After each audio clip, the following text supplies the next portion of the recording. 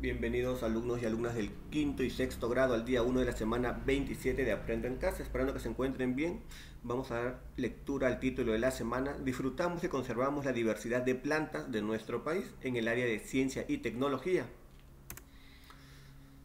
¿Cómo los componentes del ecosistema de mi región se relacionan con la diversidad de plantas? Hoy empieza tu investigación, ya que la próxima semana vamos a trabajar mucho el tema de la investigación. En esta oportunidad iniciarás el estudio de la relación que existe entre los ecosistemas y las plantas. Para ello es necesario que observes el ambiente donde vives y reflexiones sobre las plantas de tu comunidad y la relación que tienen con los seres humanos. Nuestra meta o propósito para el día de hoy lunes: analizar y explicar la relación de los factores abióticos de los ecosistemas con la diversidad de las plantas. Nos recordamos que los seres abióticos son los que no tienen vida. ¿Cómo se relaciona la diversidad de plantas con las características de un ecosistema? ¿Influirá el ecosistema, sus componentes, con las plantas que existen en un determinado territorio? Vamos a ver. Reflexiona sobre lo siguiente. ¿Sabes qué plantas son las más abundantes en tu región? ¿Sabes cuál es la importancia para la vida de sus pobladores? ¿Sabes cuál es la importancia que tienen para la vida de otras plantas y de los animales? ¿Por qué? Muy bien, todas estas preguntas las puedes responder oralmente, ¿no? Para que nos hacen analizar y ver en qué situación estamos y qué sabemos relacionado al tema. A partir de las ideas que te han generado las preguntas anteriores, te planteo la pregunta de investigación de hoy. ¿Qué características del ecosistema se relacionan con la diversidad de las plantas? ¿Será el clima, la tierra, ¿no? El agua, el viento, el sol, la lluvia, influirán en la diversidad de las plantas que crecen en diferentes zonas? ¿Las plantas que crecen en la selva serán las mismas que en la sierra, en la costa, o que en Lima, en otras ciudades? ¿Influirá en las características de un ecosistema? Muy bien, eso es lo que vamos a investigar hoy. A continuación, para ayudarte a ejecutar tu plan y responder la pregunta planteada, te invito a leer el texto Verde, te quiero verde. Muy bien, ahí vamos a ver, ¿no? Vamos a una pequeña introducción.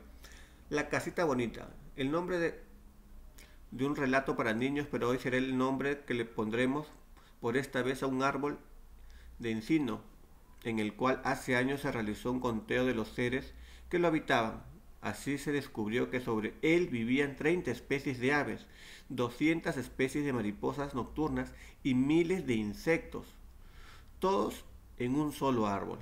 Ahora imagínate cuántos animales pierden su casita bonita cada vez que se corta un árbol.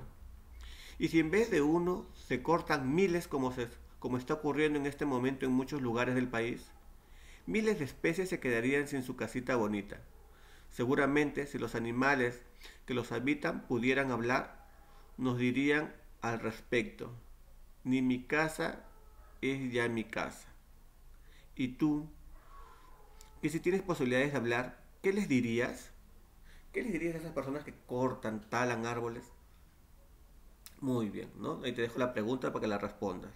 Verde, te quiero verde, verde viento, verdes ramas. Dejadme subir al menos hasta las altas montañas, ni mi casa es ya mi casa, ¿no? Un fragmento de un poema de García Lorca. Muy bien, vamos a hablar, eso fue una pequeña introducción de lo que es un ecosistema, ¿no? Es un espacio determinado donde se relacionan diferentes especies, ¿no? Mira, un árbol puede ser el hábitat de muchas especies, tanto aves como insectos. Bien, un ecosistema es el conjunto de organismos de una comunidad y su entorno. En el ecosistema podemos identificar a los consumidores, que conforman varios tipos de seres vivientes o factores bióticos, que quiere decir vivos.